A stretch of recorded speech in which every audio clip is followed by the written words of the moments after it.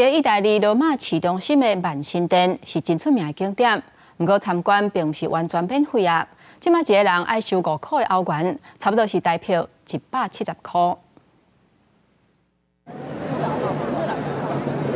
万神殿的入口人真多，因拢是来自意大利各地，也有世界各国的游客，准备要入去参观这个米开朗基罗所讲的天使的设计。行过规排条啊了，入去真有名的圆形大厅。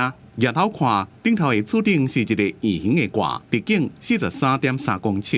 伫1900年前完工了到即马，犹原是全世界上大、无使用冠军的孔古力的圆柱顶。万神殿圆形挂柱顶有一个孔，代表是通往天堂的入口。也有甲古罗马的神相通的意涵。并疫情后观光客拢倒来，意大利政府就甲每一个人的门票定做5欧元，差不多台票170。收入的7成用伫咧古迹的维护，另外3成是天主教罗马教区的收入。I don't think that's a good idea. I think it's preferable to be free because more people will visit.